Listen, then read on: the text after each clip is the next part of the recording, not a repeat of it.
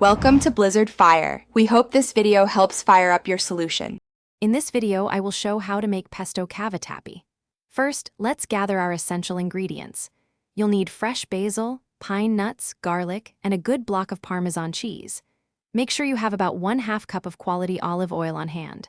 And of course, 1 pound of cavatappi pasta is crucial for this delicious dish. Having everything prepped makes the cooking process smooth and enjoyable, setting you up for success. Now, let's create that amazing pesto. In a food processor, combine your fresh basil leaves, toasted pine nuts, garlic cloves, and grated Parmesan cheese. Pulse these ingredients a few times to start breaking them down. Then, with the processor running, slowly drizzle in about 1/2 cup of olive oil until the mixture becomes a smooth, vibrant green sauce. Finish by seasoning with salt and freshly ground black pepper to taste. With your pesto ready, it's time to cook the cavatappi. Bring a large pot of salted water to a rolling boil and add your 1 pound of pasta.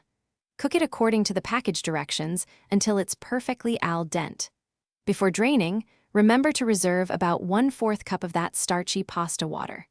This liquid will help emulsify the sauce and make it wonderfully creamy when you combine everything. Finally, it's time to bring it all together and serve. Add the reserved pasta water to the pesto and cavatappi mixture, tossing gently until the sauce coats every noodle beautifully. You can adjust the amount of pasta water to reach your preferred consistency.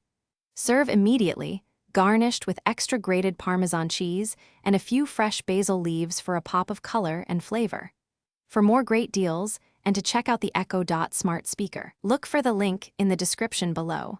Enjoy your homemade pesto cavatappi. Thanks for watching. If you found this helpful, don't forget to like and subscribe.